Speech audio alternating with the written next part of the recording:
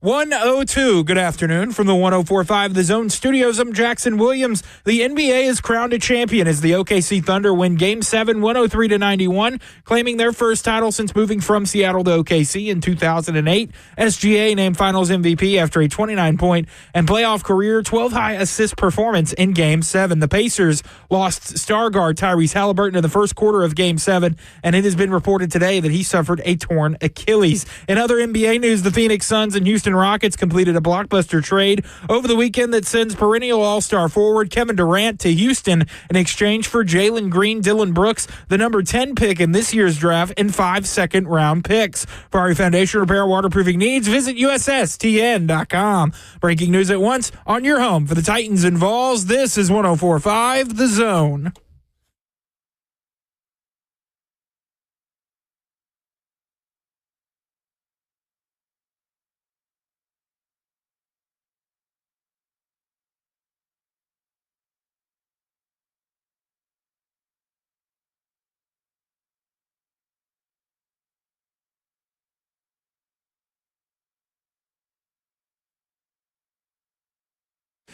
Cover 2 with Blaine Bishop and Zach Lyons here on 104.5 The Zone, powered by All Four Seasons Garage Doors. 615-737-1045 is the number. Tennessee is now the only state with a pro sports team to not win a title, as the Oklahoma City Thunder win the NBA title last night. 103-91 after Tyrese Halliburton tore his Achilles in the first quarter. In fact, even though he tore his Achilles in the first quarter, he still was the player with the most 3 points made.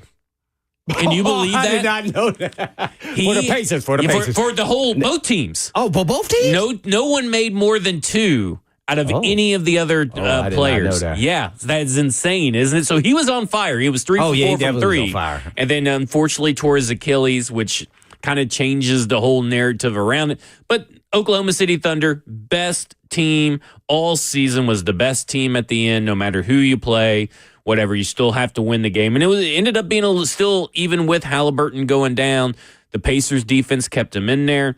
103-91.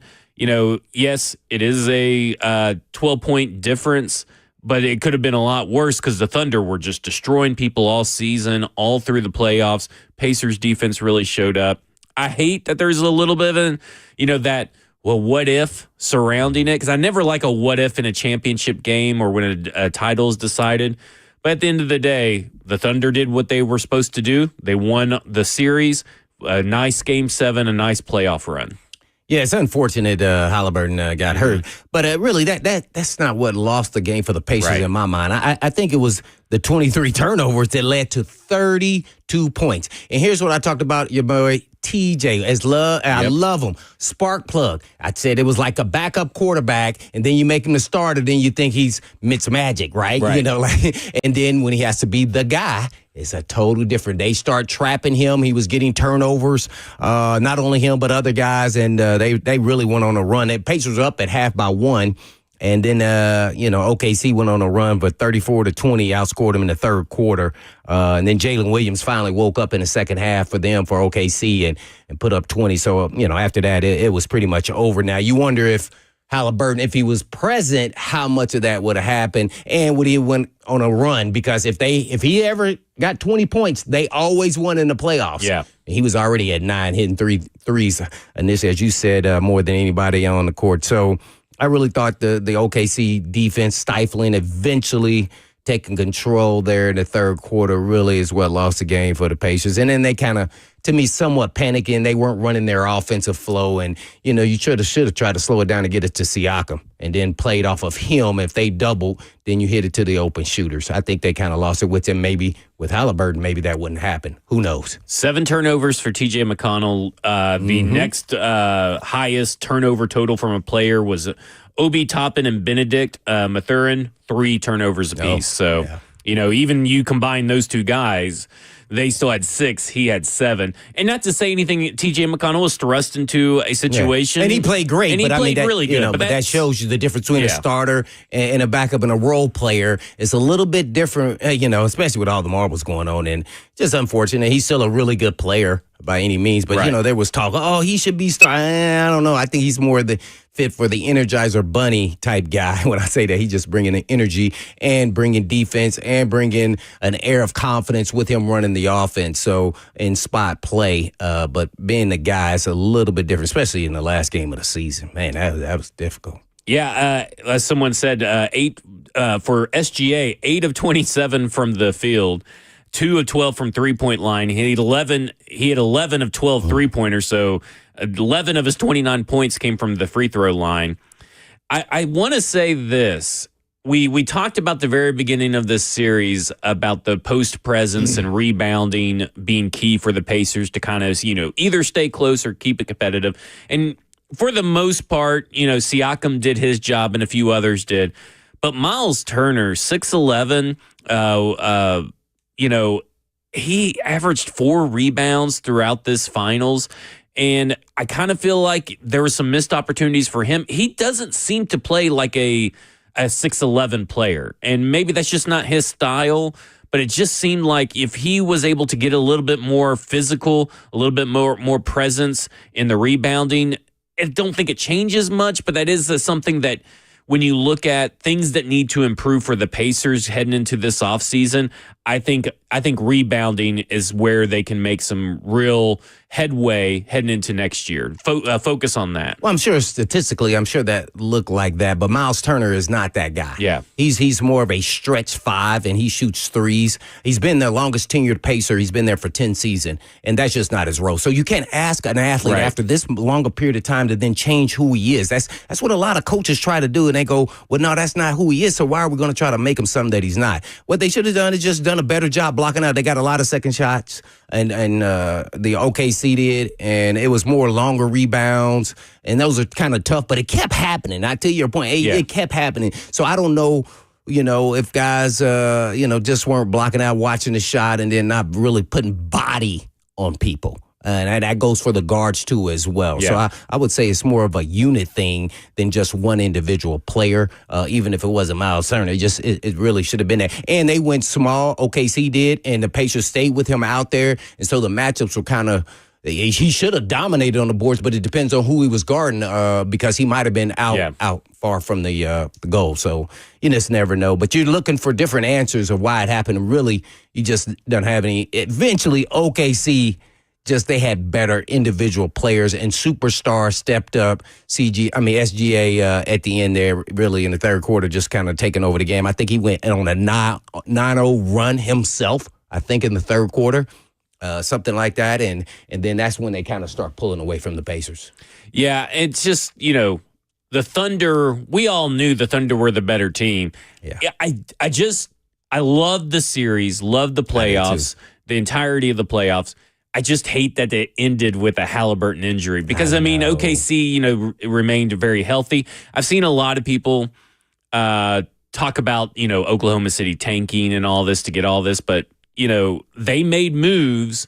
Oklahoma City made moves to get, SGA and all this stuff, to get all these guys together, not just losing helped, but the moves that they had made, right? I mean, you got to go back and look at where, Paul George and all that kind of stuff, like them trading away these guys to get these younger players isn't just because they sucked for so long and were one of the worst teams, because you also can't rely on the lottery system, right? Yeah. To do it. So there's some luck involved in that, too. So they didn't know they were going to get what they got, and then those guys just come together like this. I mean, a lot of people are talking about maybe this is in a one season, where do you rank OKC in a one season, compared to the great teams, you know? And I'm just like, well, man, I hadn't even thought about that, with the best record. I think did they tie the Bulls from 96 or 7? One of those, as far as record-wise, and then even going into the playoffs. So winning 80-something games. So it's just kind of interesting. Hey, I would say their kryptonite is just their defense. And those guys are young, and they're all under contract next year. So what can happen to destroy all of that is when you're young and you have success, and especially some of those stars and superstar players, sometimes ego gets in the way, and now it's time for me to get paid, and can I pick up my numbers? And that's where it can falter. I think this team is a little bit different. I think they are a close unit, but you never know how that all plays out. And NBA is a little bit different. Guys going to get their money regardless. Right. So I think it could still be something that could work, but everybody talking about they're going to, win it again, or you got a great chance of it, which is probably true. But for some odd reason, it's parts of sports that you just can't put your finger on it. It's just the magic of one season. You just don't know if you can do it back to back, especially a young team. I mean, we had a great team in '99, went to the Super Bowl, but the 2000 season was better. We didn't even make it to the Super Bowl. Right. It was better. It wasn't even close. If we played each other, that team would have dominated that team. Yeah. So it's just magic, and you just kind of can't force it. Just see if it just continues to happen, and what you live by is playing defense. So let's see if they can keep it going. But they're an exciting team. I just don't know if the Pacers can, with Halliburton out, I don't know if you bring in a veteran-type point guard and try to manage through it till he gets back. He's probably going to miss the whole entire season. I know. Isn't that so terrible? That's unfortunate. Tatum, we can go Lillard. There were a lot of guys, and a lot of guys in the NBA world are saying that none of these guys now are wearing high-top shoes, and that's maybe a reason why these Achilles tears. And all the guys I mentioned are Achilles tears. Yeah. So I don't know if that's true or not, or if they're making shoes a little bit different or not. I have no idea, but that's just kind of some of the talk behind the scenes. And are they making the shoes, even though they're low top, where they can protect these guys' Achilles? Yeah. That's interesting. I didn't think about that. The Thunder are the youngest team to win a title in nearly half a century.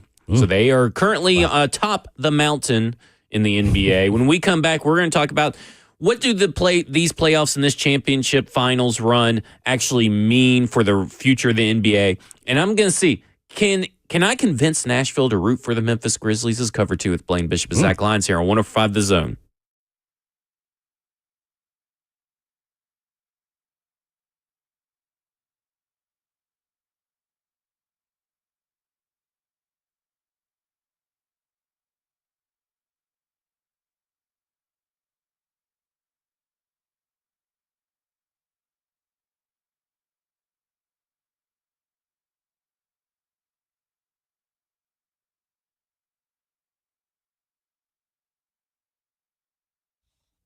Now, listen, we have some exciting news for you. For many of you who have lived here a long time, you already know Eurofix has been in Middle Tennessee area for your European car repair needs now for 26 years. And we've all gotten to watch them grow. And I don't know about you, but I love watching a hometown business take off. Well, we're now proud to announce the 5th location in Mount Juliet for Eurofix on Mount Juliet Road, right across the street from Dairy Queen. And Eurofix can serve you in Franklin, Hundred Oaks, Murfreesboro, Belmead, and now Mount Juliet. So pretty cool getting to watch a small-town mechanic starting in the barn of his backyard of a single-wide trailer and now grow to 5 locations, repairing thousands of cars each month. And at Eurofix, you get a 3-year nationwide warranty, plus a free loaner car with every repair appointment. And all you have to do is just give them a call at 844-EUROFIX. That's right, 844-EUROFIX, or you can visit them online at myeurofix.com. That's myeurofix.com. But always tell them Blaine sent you.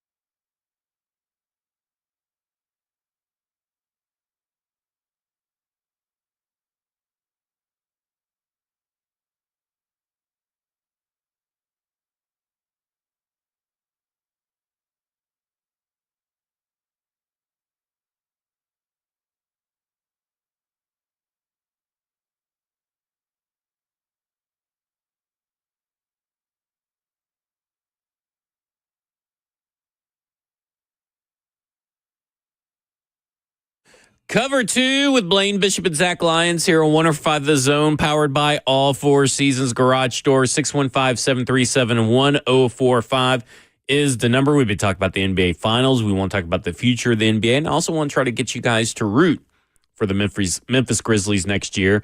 If you're not already dedicated to a NBA team. But Blaine, first, you during the break remembered something that you needed to bring up. And bring up the Achilles injury. Right. Well, I talked about Lillard and Tatum, as well as Tyrese Halliburton, all tore their Achilles in the playoffs, but all of them were the number 0. And that is some crazy stuff there, just to even think about that. And that all happened in the playoffs, right? So that's weird, man. I don't know, man. Should they consider changing their number? Oh, I would. I mean, right? I mean, wouldn't you have to? Jackson's like, I thought you were going to have something serious, okay, man. so let's say this, Blaine. If you I am real superstitious with stuff like tore that, an injury, if you had an injury that ended your season, and then you saw 2 people after you also get injured, but they all wore 23. The same injury. Wouldn't you change your number? Because I would. I'm out of here. I'm not wearing 0 ever again. Or I'm at least getting an exorcist to come in and do sage on the number or something like. A bit of holy water on the throw jersey. some holy water. I'm taking it to a priest. Man. I don't know, but I'm not wearing that number. Oh, man. I'm probably going to still wear their number. I'm going to find those. That's really weird that all happened. It definitely would.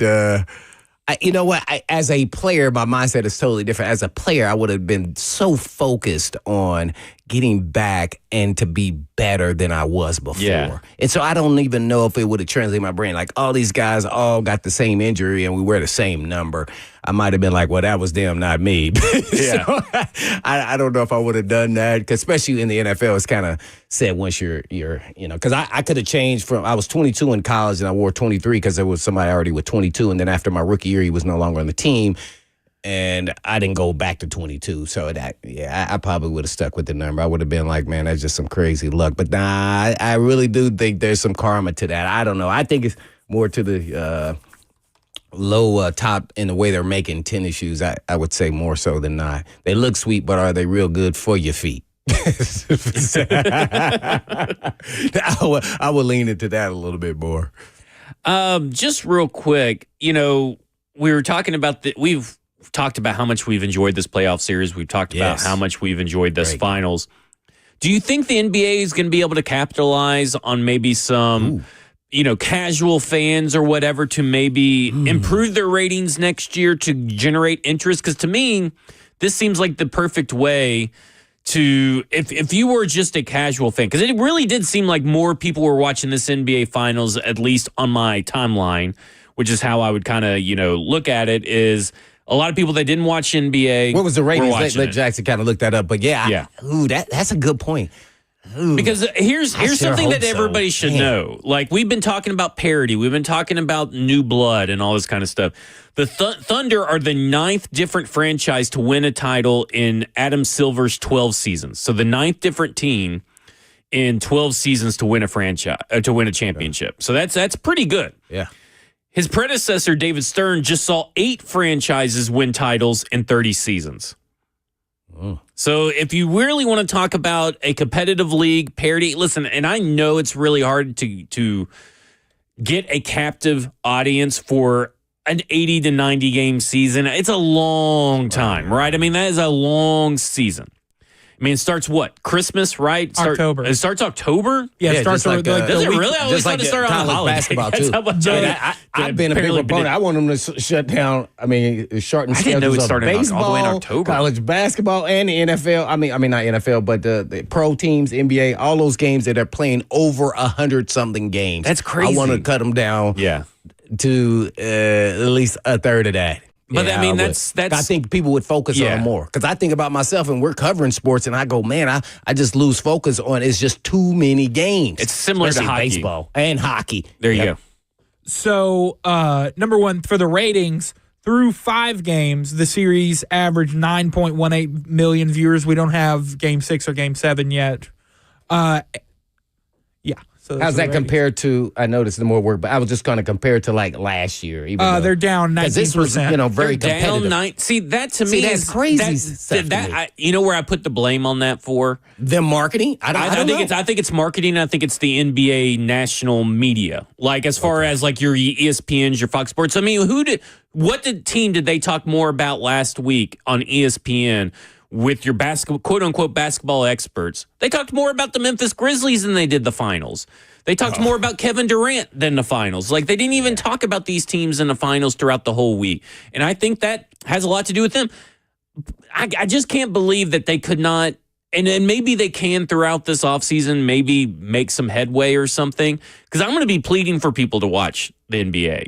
And now, listen, I don't say, listen, 80 games is a lot. Kind of like hockey. It's hard to keep up with everything.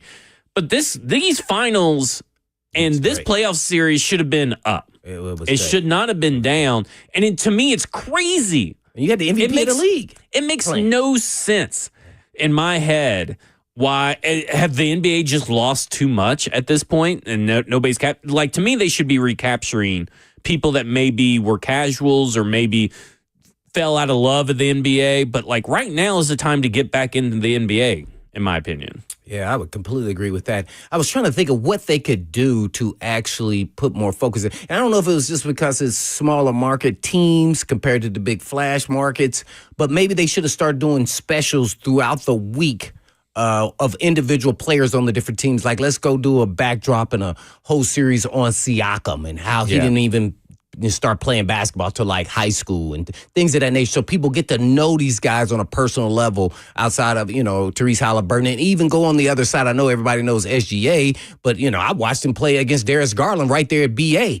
And, it was some school in Chattanooga, and I had never heard of the school. Yeah. So let's kind of talk about that whole transition and him getting to where he's at today. Did anybody believe he was going to be that good at MVP level? And how they got there, right? How did they build these teams? Right, yeah, right, with the GM, their Presti. So, and Jalen Williams, who nobody knew about him, he went to Santa Clara, and then all of a sudden becomes a top 15 pick. I mean, it could have been some big storylines that you just kind of highlight even more, and even some other players, too. So to make interest, draw that interest into the average fan into the finals. Right. And I get that there's a lot of people that don't like the flopping and this and that. And it wasn't flopping in the finals. It wasn't really a lot of flopping. And listen, the officials sometimes missed. They let him play. To me, though, the Dortch call. I didn't like it, but I look at it this way.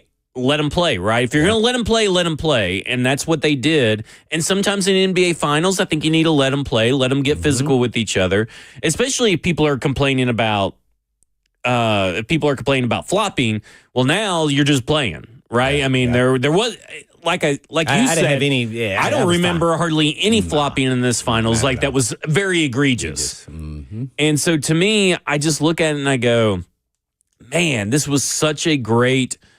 This feels like a missed opportunity for the NBA that they didn't get everybody kind of like on board. Like, here's your talking points. Here's what we need to promote. Here's what we need to do. Because, the NFL makes a spectacle out of everything. Mm-hmm. The NFL season schedule release and all this stuff. It's like the NBA doesn't make a spectacle out of its sport, which also, like, how many people probably in the NFL...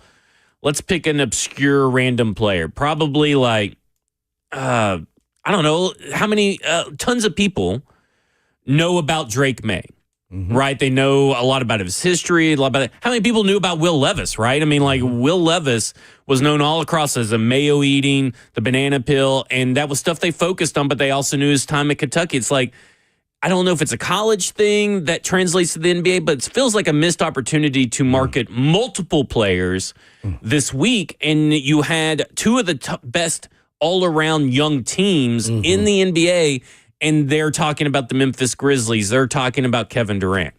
Like, that is just a missed op. And that sometimes that's how the NBA... it's just the way the NBA is built, though. They're built off of superstars on each team, and that's why they have so much control, like, talking about the different players. Which is different in the NFL. It's more the quarterbacks, but outside of that, it's about the teams and the market. So, I think they did miss an opportunity. I'd love to hear what Philly might got something to help us out here. 615-737-1045. You want to talk about the NBA? Let's go to Philly Mike. Philly Mike, you're on with Blaine and Zach. All right, guys. What's going on, man? What's going on? All right, pretty good. I think the biggest issue with the NBA, a couple things. The spread between games. The NBA always stretches out the finals for 2.5 weeks, which is too long. These players are used to playing back-to-back or every other game. Oh, that's what you said. And I think it hurts because, game one was, if I remember correctly, Thursday night, and then the next game wasn't until Monday, and then it was another game on Friday, and then they play. It's just too much of a spread. So when Indiana was up 2-1, they go back to get ready to play in game 4. They had the momentum, but with 2.5 days in between, that enabled OKC to come back and win game 4. So I think that kind of hurts too. And in terms of Memphis, all the talk about Memphis, I think being from the Philly area, I think Philly is worse, D.C. is worse, New York is worse. Those 3 cities will make Memphis look like a daycare center, man. So you never hear much of people talking about those cities, and players go to those cities to play. So I think they need to just, let that go from Memphis. Every city is tough, but those 3 major cities will make Memphis look like a daycare center, man. That's all I got, man. Thanks. Good stuff. I do agree with what Philly Mike had to say. I mean, the playoffs are long in and of itself, right? But when you talk about the finals, started June 5th into June 22nd. So it went from June 5th to June 8th, then June 8th to June 11th, then June 13th, June 16th, June 19th, June 22nd. Like, that is kind of like, you're almost having to guess sometimes, is the NBA Finals game tonight? Like, it's hard to plan, it's just not like the NFL. Like the NFL, okay, well, it's obviously a 7-game series versus, these playoffs, but Saturday and Sunday NFL playoffs. Is it because the series went longer and most of these all the way down to the wire? To me, that says it's more parity. But I get what you're saying. You said it before. You didn't like the extra gap. I liked it as an athlete because you get more time to rest, and then you're flying. So maybe Halliburton might have even played that one game where I think he put up 14 after the calf injury. He might not have played if it was just an overnight deal. So people don't think about, as fans, we're just thinking about the actual game and what all goes into the travel and everything else and flying and what all goes in with players and rehab and trying to get your body back right, as well as the coaching staff building game plans. But, they're used to playing every other day. So it's tough when you got to travel like that. But, I don't think people really care. But, the play-in games started April 15th. Playing games to get in the playoffs, which is also another. Yeah, that's another thing. I am not all for. That. Yeah, I'm with you. I'm with you on that. Let's go to Nate, who wants to talk about the NBA. Nate, you're on with Blaine and Zach. Hey, what's going on, guys? What's up, Nate? Hey, how you doing? Love your show, man. Yeah, man. It's just always curious how everybody knocked the NBA. It's always a problem with the NBA, but nobody watches hockey. But I don't hear nobody complaining about hockey. Who watches baseball? I never hear nobody complaining about the rings for baseball. It's always the NBA, man. And I don't see nothing wrong with the NBA. This whole playoff series was great, man. The finals was great. Nobody watches hockey, but I never hear nobody complaining about hockey. So just thanks for taking my call, guys. All right, thanks. What has been the ratings of the hockey last year as well as baseball?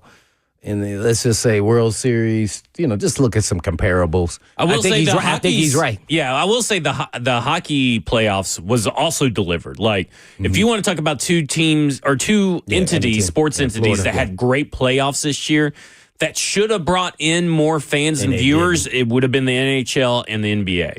Like, great playoff series throughout the whole way. Why hasn't it? And I think they have the same problems. I don't. To a certain extent. The Florida Panthers, that was back-to-back. Yeah, back-to-back. It's awesome. And I think that you get more human interest or stories in hockey and all this kind of stuff. And obviously, hockey is just such a niche sport. Like, it's not. It's growing in America, but it's not there yet. Like, it feels like for all these NHL teams that have been around for forever, even here at the Preds, it feels like if you ain't winning, we ain't paying attention. That is definitely true. And hockey, by the way, is down 25% from viewership from last year. Which is crazy because, again, a really good playoff series. I guess is it America now?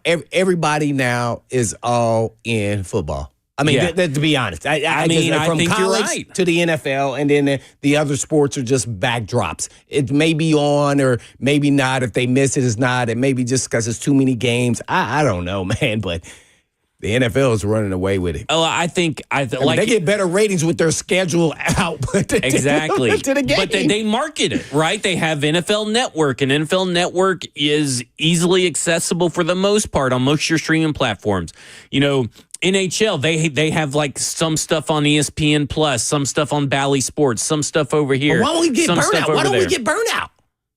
I don't know. I think Monday, it's Tuesday, Thursday. I think it's Saturday football. I almost think that it's because you got college sports. College football also is probably, wouldn't you rank them NFL than college football? Yes. Oh, yeah.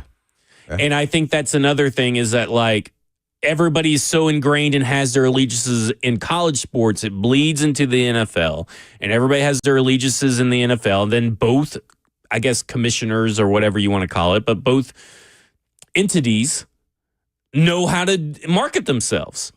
Yeah, they do. I mean, like the NHL's does not know how to market itself. Now, listen, it does not have the budget, does not have the money that the NFL does, clearly. NBA should. NBA has all kinds of money floating around, max contracts and all this kind of crap. And I feel like the NBA should be way further along than where they are in the ratings.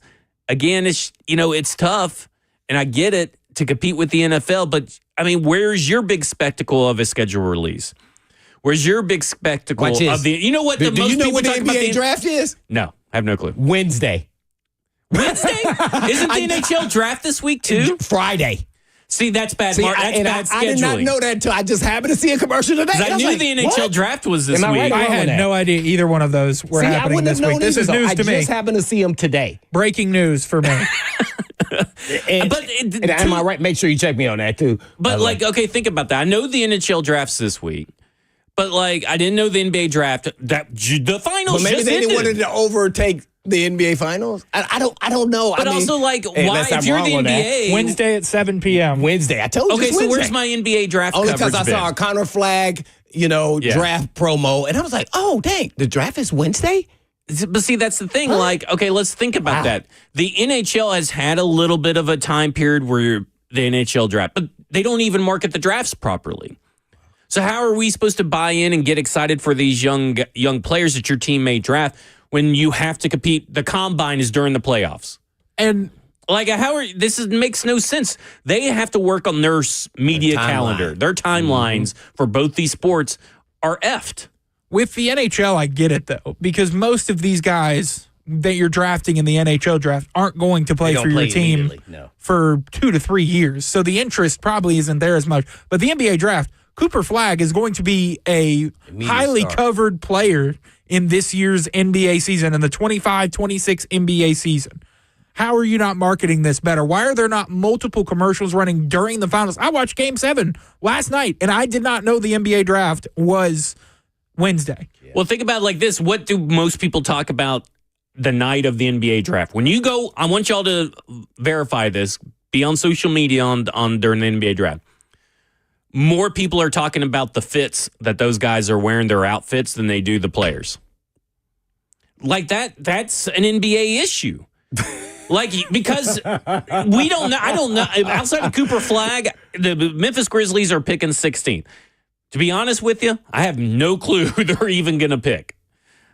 That's crazy. The NFL, though, the way they do it, you got to think it's, February is when the Super Bowl is, and they do a good job keeping your interest to the combine. Then they keep your interest throughout the whole, from the combine to the draft. Then you got the training camps. Like, everything is so segmented that they are able to dominate the media wars.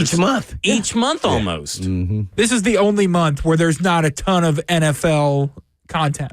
You're right. This is the quote-unquote dead period, but you know what we'll spend the most time talking about over these next few weeks? NFL. The Tennessee Titans. And I'm not complaining or anything, because I love talking about the Tennessee Titans, but that's how the radio works now. And now that we don't have anything to cover And I know I never got around to pleading to people to do, root for the Memphis Grizzlies.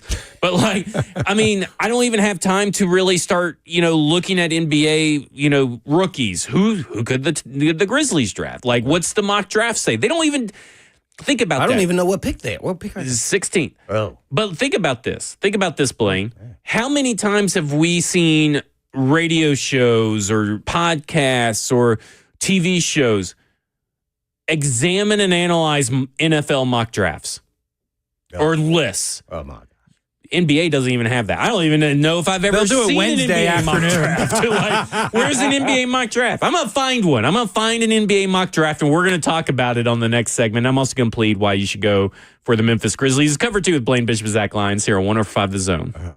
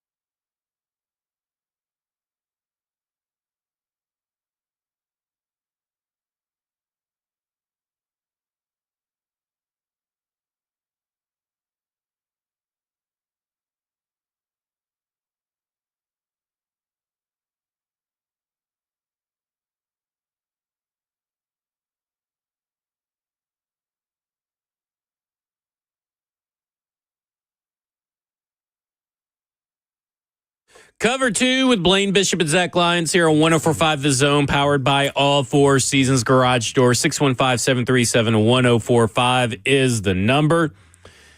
The NFL is in your face. You cannot escape the NFL. You can easily not see anything about the NBA. And I think in the NHL, and I think that's the issue, because we were talking about the draft for both the NBA and the NHL are in the same week. Just think about that. Two professional leagues, pro leagues, are having their draft in the same week. The finals for both of these just got done. No time to let things breathe. No time to analyze, prospects and everything, because it's hard to captivate. That on the NBA, because theirs just ended. And NHL ended maybe a week ago. Yeah. So at least there was a little bit in between. So they should have waited another week. Maybe they didn't think they thought they were going to Because we got Nick Ewing in the chat saying, they've had mock drafts since the draft lottery show. He goes, I get notifications on my phone. There were updated mock drafts after the KD trade. You just got to follow the sport. Well, with the NFL, they make it so easy. Right. The NBA, you got to go searching for it. Yeah, but you want to capture the general fan, so they don't have updates on their phone. Yeah. You want to capture them, and all they're doing is just watching the general shows that are out there for them to see. Yeah. So you want to capture them. They're not going to turn their phones on for alerts for that. Right. See, that's the thing. The NFL's in your face, right? Yep. You couldn't go anywhere for a certain period of time without seeing freaking Aaron Rodgers and the Pittsburgh Steelers being talked about, right? Couldn't go anywhere. And every NFL fan knew that Aaron Rodgers was still out there, right? Like every NFL, even the most casual fans knew about Aaron Rodgers and the Pittsburgh Steelers. Whether you like him or not. Whether you liked it or not. But that's how the NFL media machine works. The NBA media machine is obviously light years behind, but they could do a whole lot better. So I found 3 mock drafts because I'm trying to get people to buy into the Memphis Grizzlies, the Nashville people. Now, I understand there are people that already have sports teams in the NBA and allegiances. I'm not talking to you. I'm talking to the free agents out there, the NBA fan free agents. Or try to win over some of the people who, at least, be their second. Right. Team of the team. Yeah. Well, before you start, I want to ask you this question. I know you're a big Grizzlies fan. Do you think that, and this is what I've learned, tell me if that's changed, the rivalry between Nashville and Memphis is why a lot of people in Nashville, you too, Jackson, are not big Grizzlies fans? Because that kind of threw me back when I learned this, and I go, some of it's got to do when the Titans played there, and then it wasn't their team. They were mad they didn't get the team. I mean, just all this rivalry. I mean, do you think that's part of this? I do, and I think it's silly. This is like saying, Alabama has a rivalry with Mississippi State. There's no real rivalry here, guys. I'm just wondering with some other states where that's kind of the same. Two big markets in that state. Man, I can't think of one because it feels like everybody in Texas. Well, Texas is horrible. Man, what would be a good one to use? Because everybody else, it seems like everybody in the area is a diehard. Like, is there anybody in the Massachusetts area that probably does not root for the Patriots? Like, there's an entire city somewhere in Massachusetts that just hates the Patriots because they're in Boston. Can't think of one, right? I wouldn't think of it. Well, I know the East Coast guys are a little bit different. They're kind of more pro sports oriented than college sports. So I can't, at least from afar, that's how I view it. Yeah, and Tennessee and Memphis have had a rivalry. So a lot of Tennessee grads in Nashville and a lot of Memphis grads. But it's not a real rivalry. It is. See, so why is that? You grew up here. Why is it like that? I'm not sure. It's just the way it's the way it's always been. Because I know Will Bowling does not like Memphis. He has it really out for Memphis, and I'm co-hosting with him. I'm going to be on Ramon and Will July 1st. Maybe we'll talk about it. But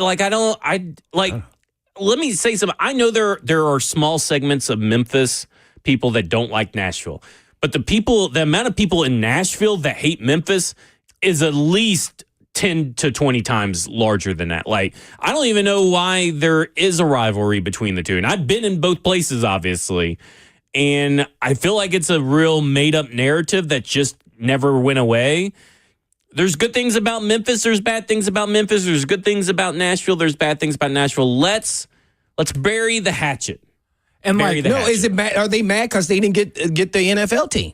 I could see that. Think so. I could see where Memphis could have beef with Nashville because I know that Memphis felt kind of used that. Yeah, they were getting part of the negotiations. Tennessee Oilers were going to play in Memphis for 2 seasons and then go to Nashville. That was 90s. Like this, people hold a grudge. No, those people don't really exist anymore. You know how many people that want to learn about the Tennessee Titans and know more about the Tennessee Titans in Memphis don't get to?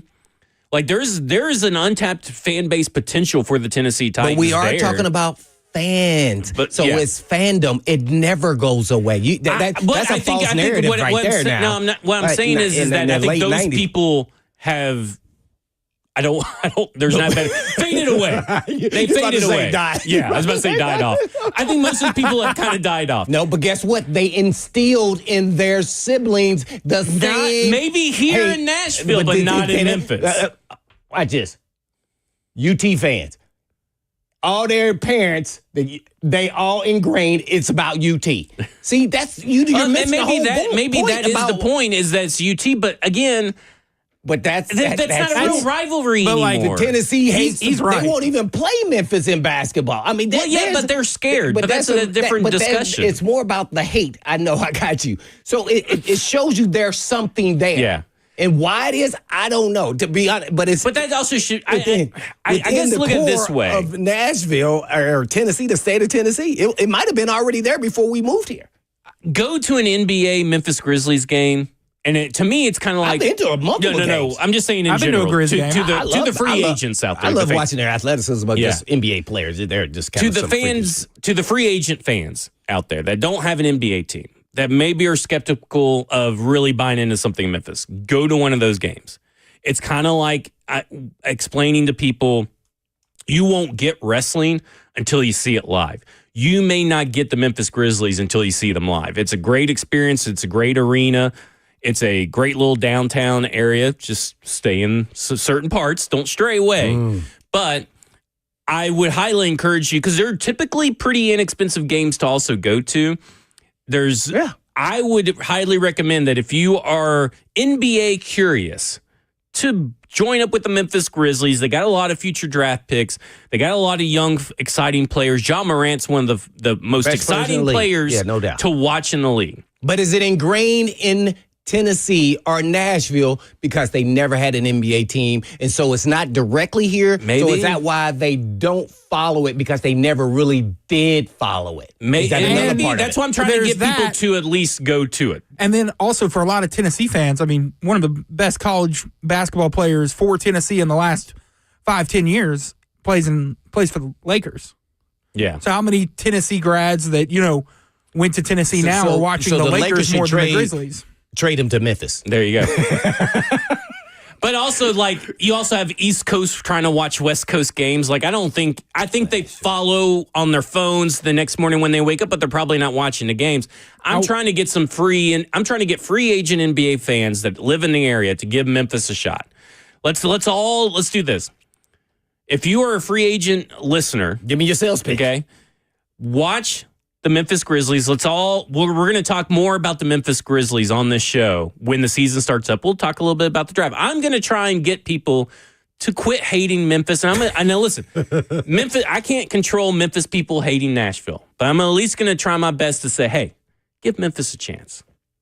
That's what we're going to do. When we come back, we'll continue the conversation. We'll also go to Harry on the phones, who wants to talk about Nashville versus Memphis. We'll also talk about, hey, Jeffery Simmons' guaranteed money starting to dry up. Is it time for the Titans to start thinking contract extension? We'll talk about that as well. This is Cover 2 with Blaine Bishop and Zach Lyons here on 104.5 The Zone.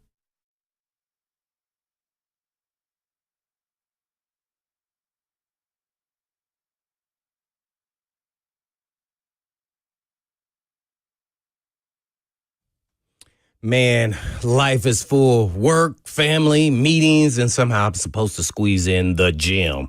I don't have the hours in a day to train. I want to feel better in my clothes, but surgery? Not for me. I just want something that works, and I mean fast. Enter Sculpt Neo at Edge Peptide Therapy. 30 minutes, no downtime, and real results. Sculpt Neo is the most advanced body sculpting technology available, merging fat reduction with muscle building in one effortless session. No surgery, no downtime, I said. Just results that speak for themselves. Sculpt Neo is your secret weapon. Building muscle and burning fat faster than traditional workouts alone is like doing 20,000 sit-ups in 30 minutes without breaking a sweat. And when you book in June, you get 2 free sessions. And all you have to do is just give them a call at 615-724-1878. That's 724-1878.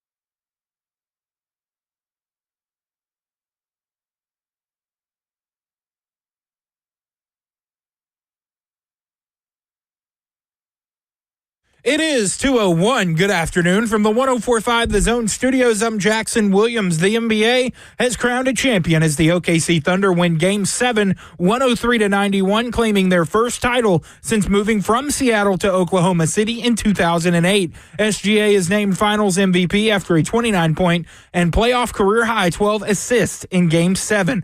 The Pacers lost star guard Tyrese Halliburton in the first quarter of Game 7, and it has been reported today that he suffered a torn Achilles. In other NBA news, the Phoenix Suns and Houston Rockets completed a blockbuster trade over the weekend that sends perennial all-star forward Kevin Durant to Houston in exchange for Jalen Green, Dillon Brooks, the number 10 pick in this week's NBA draft, and 5 second-round picks. For our foundation repair and waterproofing needs, you need to visit USSTN.com. Breaking news at once on your home for the Titans and Vols. This is 104.5 The Zone.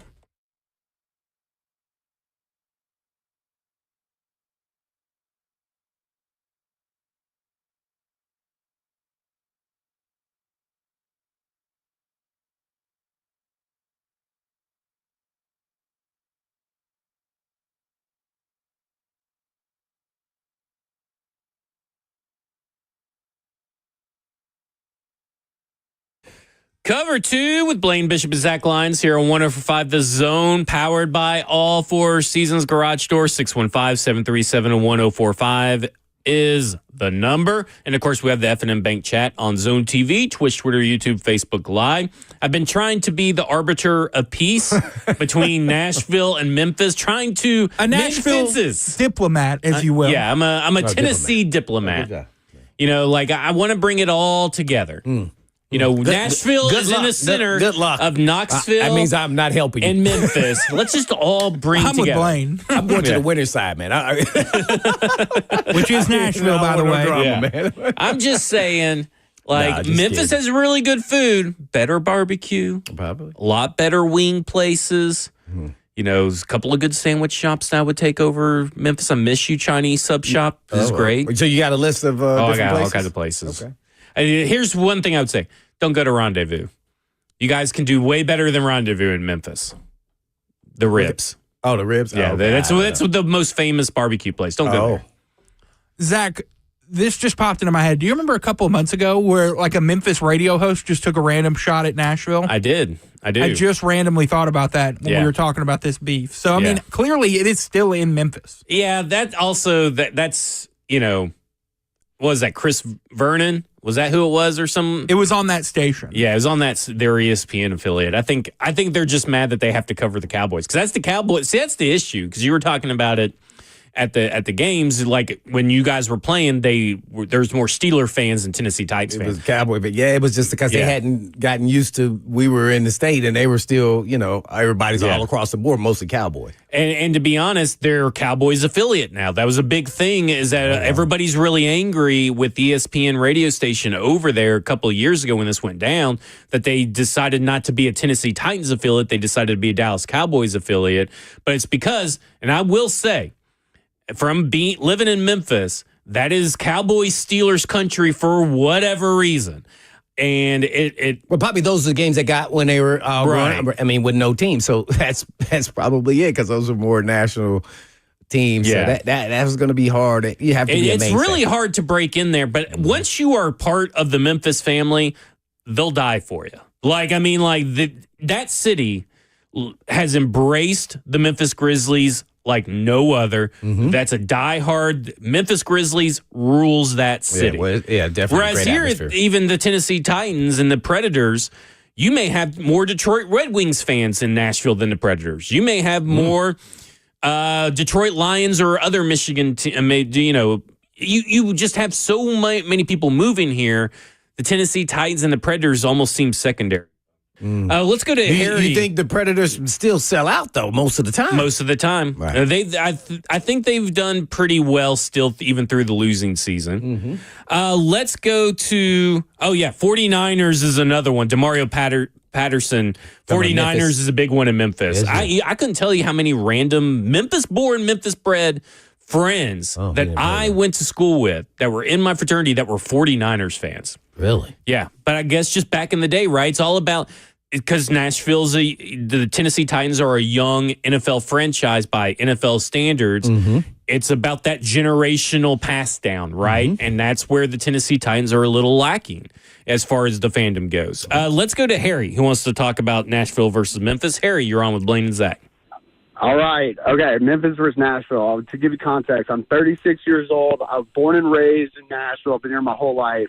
True unicorn. Blaine used to rep the 23 in middle school with the Puma jersey. You already know. That's what's up. So, okay. So let's go back to, I'm trying to make this quick. Mid-90s, Memphis is somewhat of a bigger city than Nashville. Nashville voted NFL yes to get the Titans to come to Nashville. Memphis knew it was coming to Nashville, yet they kind of grasped onto the idea of having an NFL team. When the Titans went to Nashville and we got the Preds at the same time, trioed with country music booming, Nashville took off and left Memphis in the dust. Mm-hmm. They were jealous. They still are jealous to this day.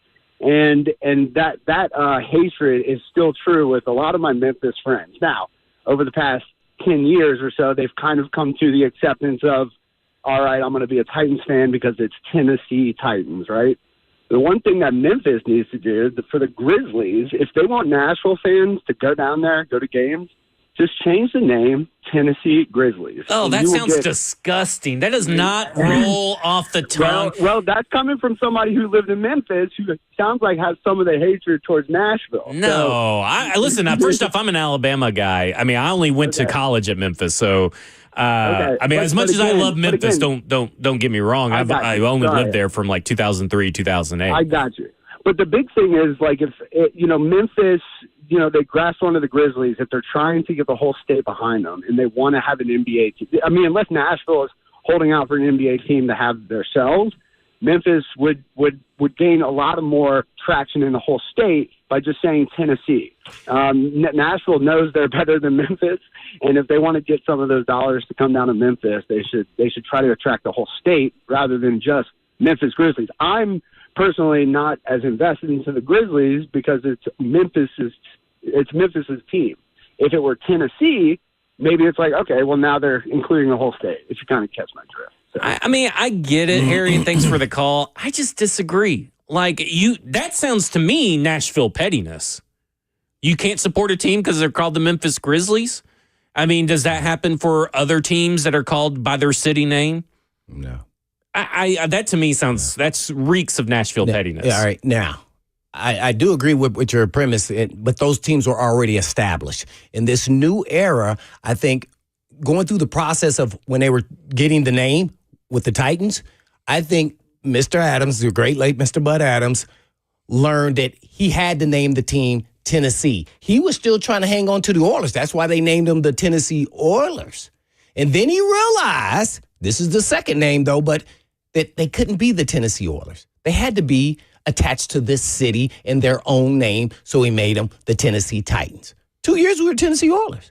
And then he realized that's not what they're going to be attached to. They want to make sure it's their team. And so maybe some of that is maybe what the guy's talking about.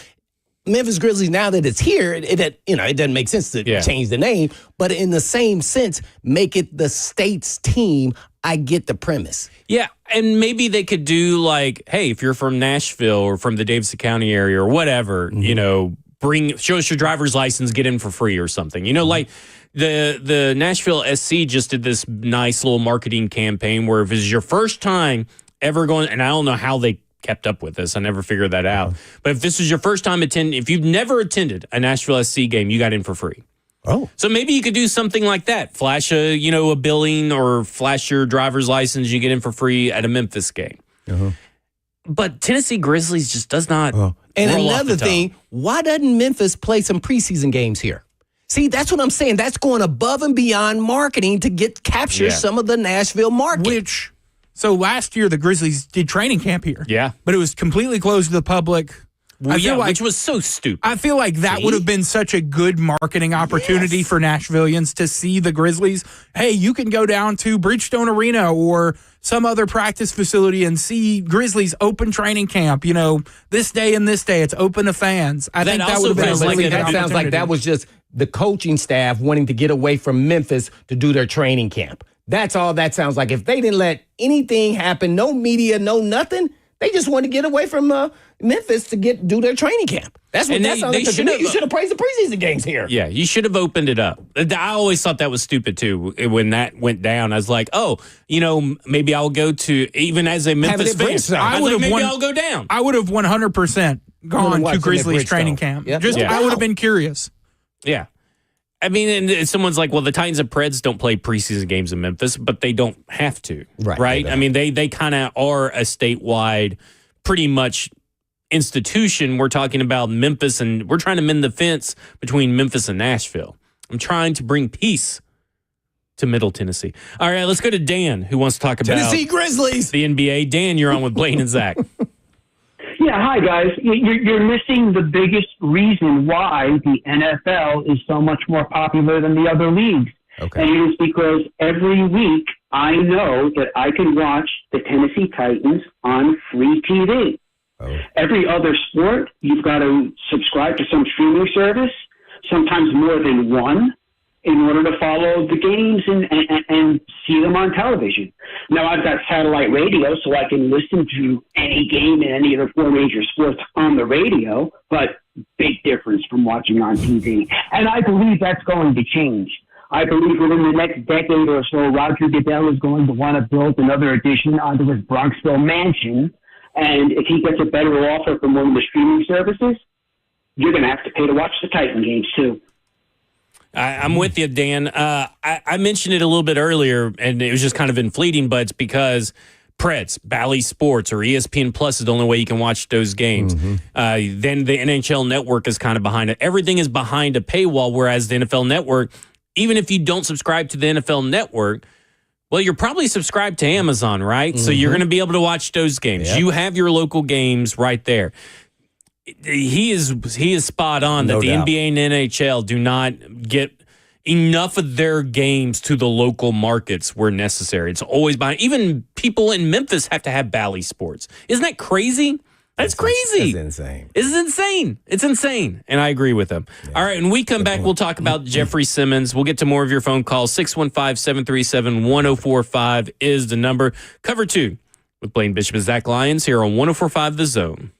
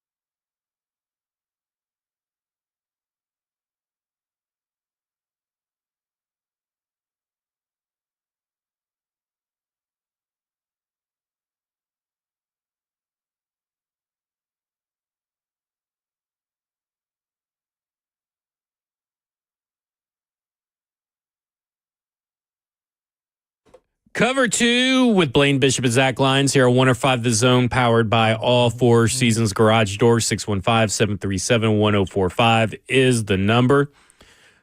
The Grizzlies should not move to Nashville. I just want to put that out there. It's a thought. No, you rip out what makes the Grizzlies good. What is that? The core, they are Memphis. But John They are Morant Grind City. The grind city, the grit and grind, all that kind of stuff. Like they're blue collar, all that kind of stuff. Like that is Nashville or Memphis. So what is Nashville? They more suburban. Yeah, I mean like Vancouver. That's what you said. Yeah, I mean, well, that's where the Grizzlies. How far off bring are him home, slogans? and that's where Vancouver's at. How far are the slogans for the Titans? Tennessee Tough and Grit and Grind. I feel like those are super far apart. The alliteration is everything. What? There's alliteration in Tennessee Tough as well. Yeah, I don't think Tennessee Tough was also really lame. Like, let's be honest. So lame. Tennessee Tough. Have you seen the people in Nashville? Do I even look Tennessee Tough? I don't even look Tennessee Tough. But I'll grind. There you go. Oh, man. I think Tennessee is tough, man. What you talking about, man? Let me just say. Oh, man. Memphis and the Grizzlies are perfect for each other. If Nashville, here's the thing, and maybe it goes back to our larger conversation about the NBA issues with marketing, is that you hear so many people, this goes to MLB too. Well, if there was an MLB team here, I'd probably care about baseball. If there was an NBA team here, I'd probably care about basketball. But there's not, so why matter? And I get it. It's a lot easier to follow a team and cover a team when they're here in your backyard. But that also falls on the NBA, right? I mean, they put the Grizzlies in Memphis, and it has thrived locally there and maybe in the surrounding areas too, because it's really close to Mississippi. It's really close to Arkansas. There's casinos all around, so casinos can have suites who they could send high rollers to these games. I've been in one of those high roller suites. It's actually really fun. But like in my mind, I look at it and I go, it goes back to the NBA. Man, Nashville would be such a great captive audience if you could get them interested in the NBA or by making your calendar just better. Your NBA calendar is just off.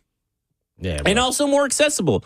Like, I don't want to have to... that call out was great, man. Yeah, I got way too many streaming apps as it is. I don't want another one. Like, let's try to figure out a way to get the games on Hulu or to get the games locally or get them on YouTube TV with more frequency and regularity. And that's an NBA issue and their TV rights deal, right? I mean, that's an issue with them. That's an issue with the NHL as well. Like, figure it out. And then Memphis Grizzlies been in the West, too, by the way. I've never understood that. Yeah, the Western Conference also is not conducive for Tennessee basketball viewing. Yeah. I mean, because those can be late games, and by the time that, even going all the way to Knoxville, that's why I know fans are kind of rooting for Dalton Connect, but that's also, you're in the East Coast, the Eastern time zone, which is by far the worst time zone ever. And then you have to watch games that are 2 or 3 hours behind, right? Like, that doesn't make sense. There were games for the Lakers this season that started 10 here, would have been 11 p.m. in Knoxville. Which is insane. It's just crazy. All right. Memphis is a basketball city. Nashville, you got football and hockey. There you go. And pickleball. What about, Nashville's people a big saying pickleball community. Kenyon Martin said that they should move the Grizz to Nashville because players truly don't feel safe in Memphis. Oh, who gives a crap what that guy says? He's from Saginaw, Michigan. What does he know about Memphis? Come on. What does he know about Memphis? He just relaying what the players said. So let's do a hypothetical here. So the Grizzlies moved to Nashville. Where does the beef stand then between the two cities? If what? If the Grizzlies were to move to Nashville. Oh, it will be bad. That would be, first off, that's the Grizzlies would feel like they're losers. Oh, yeah. Memphis would be terrible. And I will say this, because we were talking about no big brothers, little brothers stuff. That would be devastating. Yes, it would. Yeah. They may cede from the state. Join Arkansas. We'll join Memphis or Mississippi or Arkansas or something. Like, we're done with Tennessee because this is bull crap. I will say this: the Grizzlies, out of all the pro teams in the state of Tennessee, the Grizzlies have the second best chance at winning a title in their sport. I think Nashville SC has the best chance, then the Grizzlies, maybe the Preds, then the Titans. Of the pro teams. Of the pro teams. Would you rank those chances of winning a title that way? I think I would. I don't know. The Preds were not. I mean, the Preds and Titans are kind of at the bottom. But I feel like in hockey, you can kind of rebound fairly quickly. Yeah. So I think that's fair. Yeah. There you go. All right. I don't know. What do you think? Titans was in a Super Bowl. The Predators were in a Stanley Cup. So I mean, they did it. They just couldn't sustain. Have the Grizzlies ever made the finals? You could say they've made it there. Has the Grizzlies ever played in the NBA Not in the finals? finals, but they've made it into the playoffs a few times. Yeah. See, so history tells you're supposed to dictate what you think. I don't know why everybody. Well, I think that in the current state is what I'm saying. Like the current state of these they're teams. bad. Yeah, both teams. I mean, the Predators have the 5th pick and the Titans have the number 1 pick. So I just think right now they're closer. Does not mean that they will, but they're closer.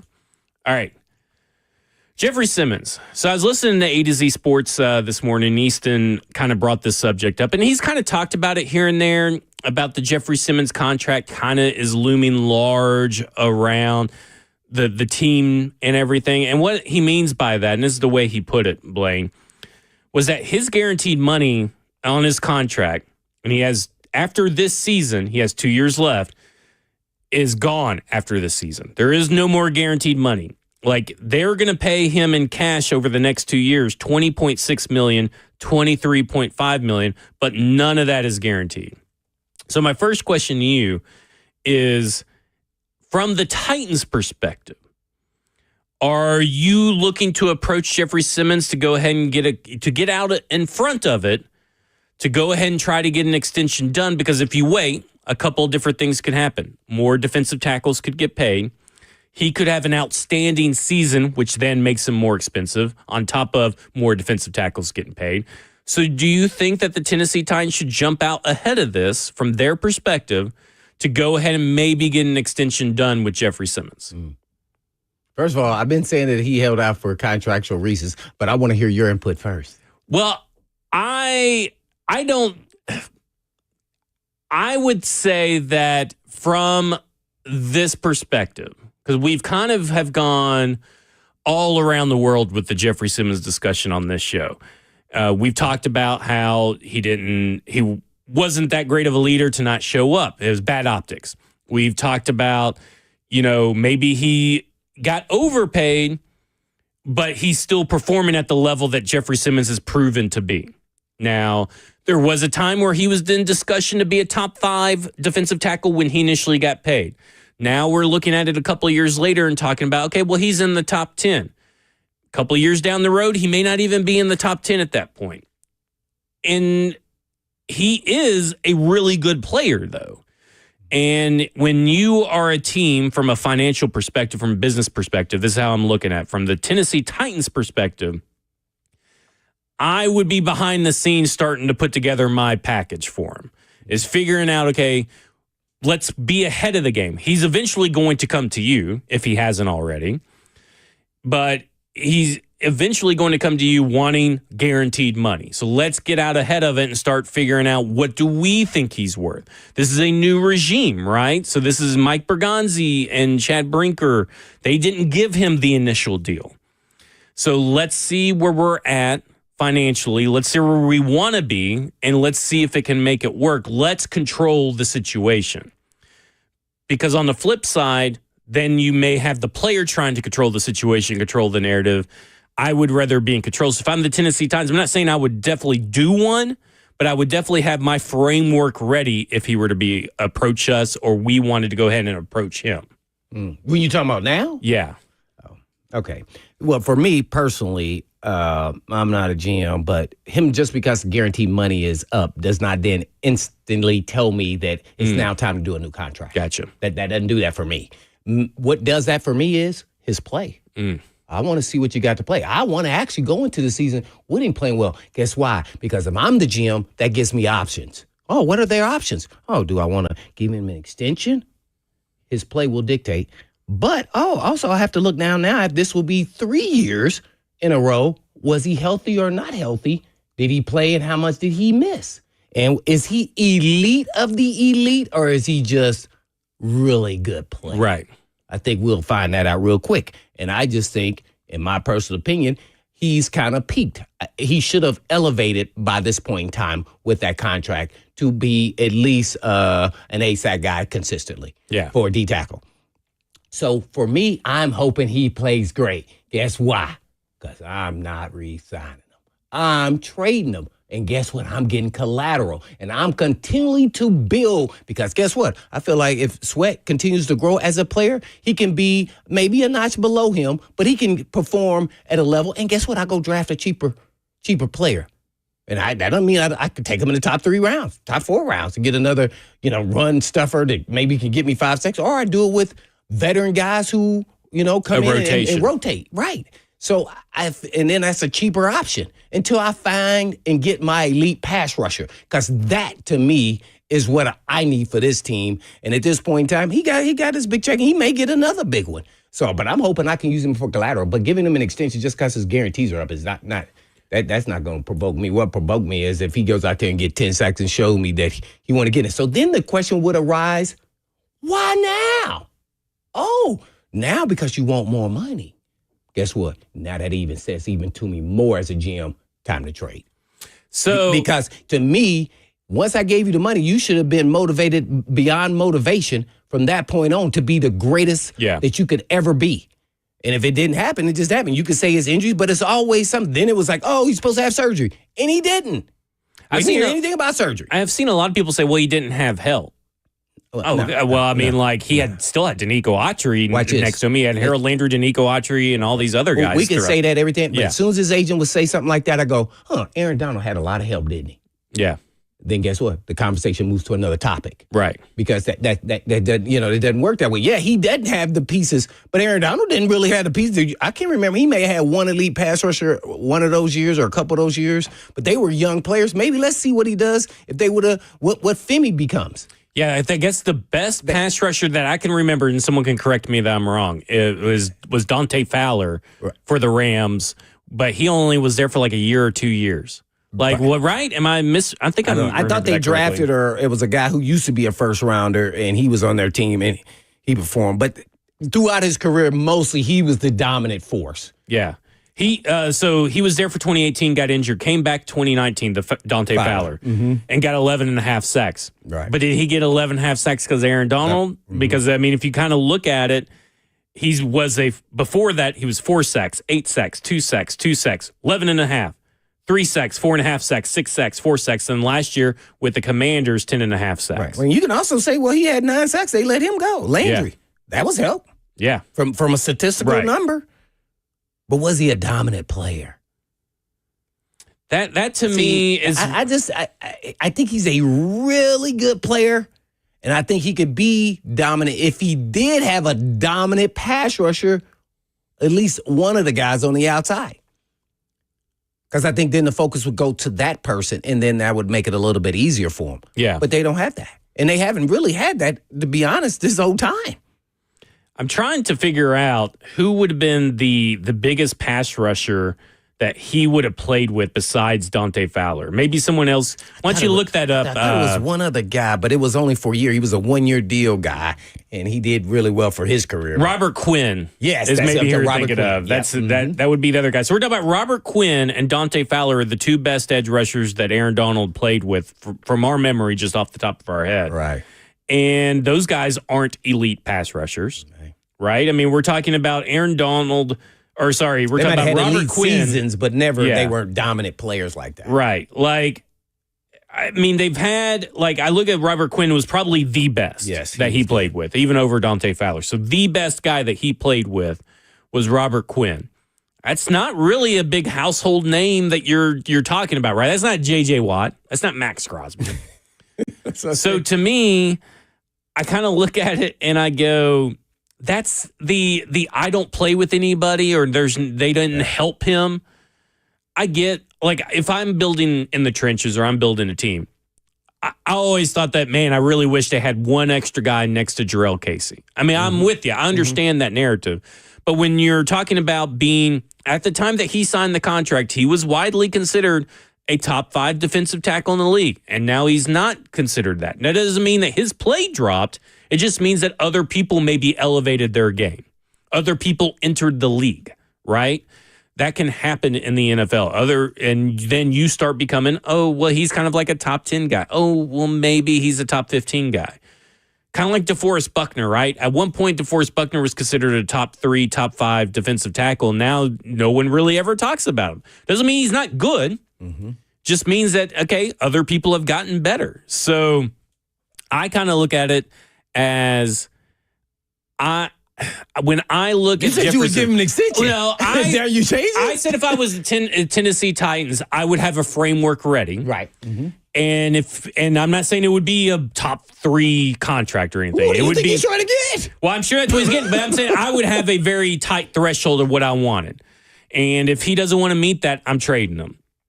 I don't know. I'm with you, though. I may have the framework, and I may be kind of like hinting around at it or kind of playing a little bit of negotiating, but I would rather get the framework done. I'd rather have the deal done after the season. Now, some people might say that's counterintuitive because what if he has a really great season? He's going to ask for more money. And then I go with you. Well, if he asks for more money than I'm willing to give him, this is the perfect time to trade him. Yeah. And I know this will give you A.J. Brown flashbacks, but it's an entirely different situation in my opinion. What's a great season? 8 sacks? 10 in double digits. That's what he's saying that he wants. He's never had it. But that's what he's going around and hashtagging. Well, yeah. I want an ice cream sandwich now. That I don't have it. So, I mean, you want a lot of things. Yeah. I mean, as a player. I mean, but that doesn't mean you're going to get that. I mean, so why did he lose weight? And then that's why I asked the question, who requested that? Did he or them? And it sounds like it was him when you hear Callahan respond to that.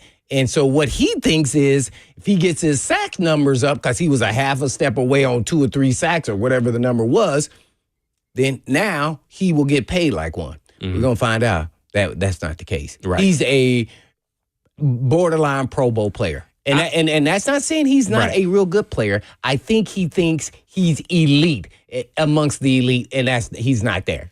Actually, the Titans don't have that guy. That guy, the only guy they had was Henry. Yeah. In the I'm with you. 4 or 5 years. I would bet against, I don't know if betting against is the right word, but if I was the Tennessee Titans, I would gamble that we're not going to see a 10.5 sack season. Like, I think he's going to have an affordable season. I think he's going to have an affordable season. Here's the other thing, and you hit on this during this, since we've been talking about it. I would rather spend money on a big-time pass rusher. Yeah. It's going to impact the game. Yeah. No doubt. So you actually need 2 right now, but, if you're talking about something that truly affects the game and could change this Tennessee Titans defense, it's a big-time pass rusher. And if I'm allocating money to Jeffery Simmons and I'm getting 5.5 to 7.5 sacks, I'm rotating in and out with something, right? Like, well, here's your answer, and I'm gonna make it real easy. If I was sitting in there and I had an opinion with the GM, I would say, would you trade for T.J. Watt for Jeffery Simmons? Straight up. And guess what everybody would say in that room? 9 out of 10, or probably 10 out of 10 would say, absolutely. Right. Well, there's your answer. Yeah. Because guess what? He's elite of the elite. And you want that guy's going to impact the game in and game out. Right. I mean, we're talking about Jeffery Simmons impacting the game in the run game, which, they still some teams did rush for a lot of yards on him. But he is a dominant force in the run game. You got to give him credit for that. He's up there with the elite ones. But guess what? I need him to take it to the next level. And we've seen him in the last 3 years not really take control of games in that arena like that. Would you trade Jeffery Simmons for Trey Hendrickson? Does someone, Nick Ewing in the chat, put that out there? Trey Hendrickson's a little older, but because of his age. But I still believe he has 3 because his game isn't built on speed. It's about pass rush moves. You watch him and you see him, you be like, I don't know. Well, when you see him in the game, he's a proven 10-sack guy every year. And I like consistency. So it would be something I would consider for sure. I just don't know. I want elite talent if I'm going to go against the grain. If you're going to get rid of Jeffery Simmons, you want a consistent elite performer. Yes, no doubt. This is special. Yeah. And that's what they need because that's really the main piece that's missing from this defense outside of making sure Snead stay healthy, which I don't know if that'll ever happen. Yeah. Yeah, I'm with you. So I might have said here, as much as I think Landry's just a good player, I might have said here and maybe even kept paying him, asked him maybe friendly, take a little bit of pay cut. We're trying to get some other weapons for you. See if he would have took it, because he's a good guy. Yeah. See, so I would have kind of played that card a little bit different too. But we got agents involved, actually, and naturally Vrabel was going to come after him regardless. But they probably got him for what the Titans should have been paying him. Do you so I think I know your answer, but do you think that Jeffrey Simmons has already come a knocking on the door to try to get a new deal or get an extension start going? I would guesstimate. I'm just guessing. That's what I would agree. Yeah, that would be the prudent move, right? To go ahead and start working. Because to me, the sign when he didn't show up at camp, I know it was voluntary. And I get it. But guess what? Everybody, other veterans were there. Yeah. But he was the only one. So the only one out of all the players. All the players. And that's why it was an issue. Yeah. To me. Because they showed up and you didn't. So that means they all collaborated. And he said, I'm not coming because of this. Yeah. And I think it was contract. He never really said. And he said it was personal reasons. And guess what? That is personal. Right? That's your personal bank account, your personal checking account. All right. When we come back, we want to hear from you. Do you guys want to go ahead and get a Jeffery Simmons extension done? Or would you rather go ahead and just maybe, let him play it out? Yeah. Maybe we trade him. We want to hear from you. 615-737-1045. This is Cover 2 with Blaine Bishop and Zach Lyons here on 104.5 The Zone.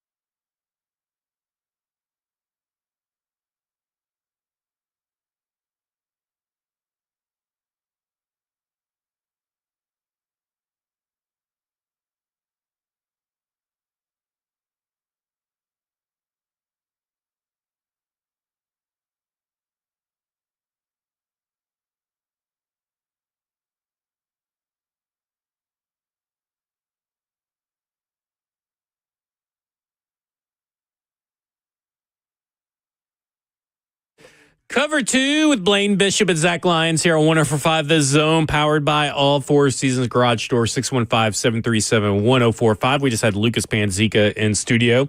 Just real quick, to mend the fences between Memphis and Nashville, I think you came up with a great idea.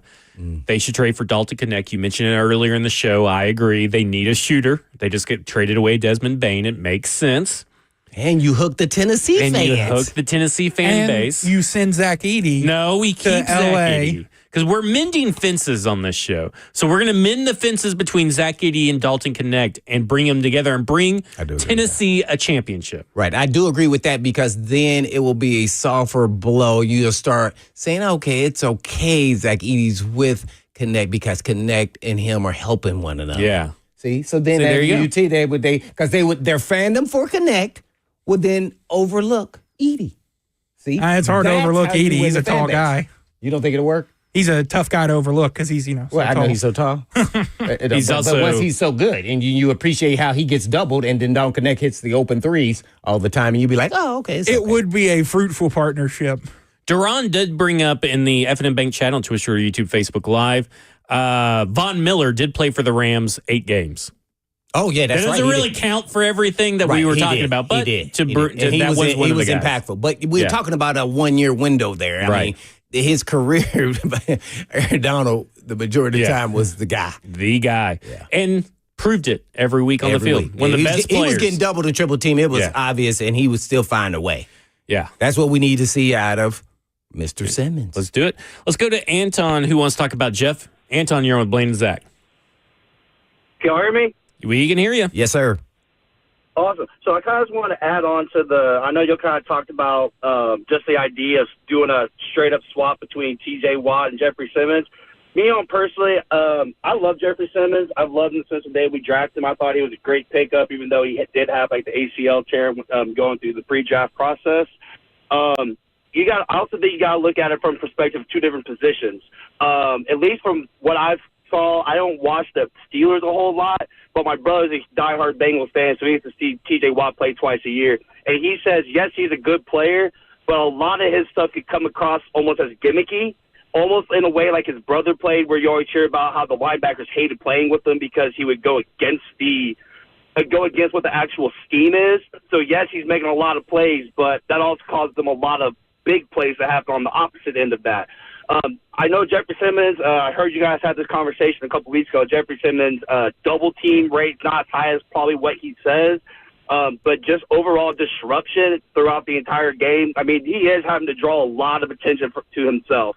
And, yeah, the numbers might not look the greatest all the time, but if you do look at the stats, he really wasn't that far behind in terms of, like, pressure rate and just the amount of pressure he was getting, how amount of hurries he was getting, compared to T.J. Watt coming from a 3-technique spot, where I do think there is a little more of a box compared to on the edge where there is a lot more space for someone to work. I don't know if I would particularly say straight up one-on-one for the two of them, but I also do agree. I think we do need to extend Jeffery Simmons. Just probably not the way he's expecting when it could be a top 5 or even maybe in a top 7 or 8 3-technique. I think he is in that level, but the stats just aren't showing it right now. Thank you, guys. Love you guys. Hey, thanks. Just for clarity, you were just using T.J. Watt as an illustration of a premier edge player. Right. And who would you rather have on your team? Right. The premier edge player or the defensive paying that tackle? kind of money? Right. All right. If you want to use just D tackles, then I'll just go Chris Jones. They're not even on the same plane. Yeah. I've watched him over and over. I used to be like, dang, Chris Jones, he's legit. Then when he moves outside and rushes the passer outside as a DN and still is disruptive. I don't see that from Jeff Simmons. He's a really, really good player. And I like Jeff. But, man, I don't see that kind of impact. I think he deserved to get paid and all of that, but now we're talking about a whole nother level of you're getting paid in the 30 million. No, he's not that kind of guy. There's something within this Tennessee Titans fan base has been there for a while, is that they overvalue their own players. Well, because first of all, it's unfair. He's the best player on the team. Mm-hmm. So then that's when they go, oh, no, we can't get rid of our best player. And I get it. But if he's talking about getting paid amongst the elite players in the top 3, I can't do it if I'm a GM. I'd go by committee before I did that because unless he was special. And I get that he's going to go somewhere and he'll probably have some good seasons and all that kind of stuff. No different than Derrick Henry. Right. Yeah. And that's going to happen because he is a good player. But also talk about surroundings, right? Because like when Kevin Byard went to the Eagles initially and everybody was up in an uproar, they were like, oh, well, Kevin Byard will be so great for the Eagles and blah, blah, blah. And listen, I'm not saying that he wasn't, but he's also playing on a loaded defense, right? Where he's not one of the main two guys. Because at that time, it was Jeff Simmons, it was Kevin Byard, right? Like, those were your two guys. Derrick Henry went to a great spot. He would probably get 1,000 yards no matter what team you put him on. Oh, yeah. But he went to the Ravens. Almost got 2,000. Those offensive linemen were amazing. Right. He got 1,900, right? Right. I mean, like, he wouldn't have got that here. Yeah, he would not have got that here. So, like, yes, Jeffery Simmons probably will still be Jeffery Simmons no matter where he goes. I don't think he goes to the Eagles, but maybe he does. But, like, you know, just that's, to me, you got to get what you can out of Jeffery Simmons while you got him, but you don't need to make the mistake of trying to pay him to be something that he's not, or under the idea of something that he's not. He's not a top 3. He's arguably, in my opinion, not even a top 5 defensive tackle in this league. I definitely sit him comfortably in top 10. But there are some guys coming up. If you guys do not watch the NFL, you may not have heard of a Kobe Turner. Kobe Turner for the Rams is looking really good. Like, that guy is coming up. The Rams know how to draft defensive linemen. They've done a really good job of it between Kobe Turner, Jared Verse, and Braden Fisk. They got a young core. But there's going to be other guys that are going to start surpassing Jeffery Simmons on that top 10 list. And I look at it and I go, he does impact the games, but it's not consistent. We have talked about that for at least 2 to 3 years. There's not a consistent impact. Aaron Donald impacted every game he played. Whether that's because he was drawing triple teams, whether that's because he was making noise and doing all, I mean, you know, disrupting the run game and the pass game in the same game. Jeffery Simmons does not perform at a consistent level like that. Hopefully that changes. Tennessee Titans need that to change, but I'm not paying that money without seeing it. And I may not even pay that money after seeing it. All right, I'm going to just say this.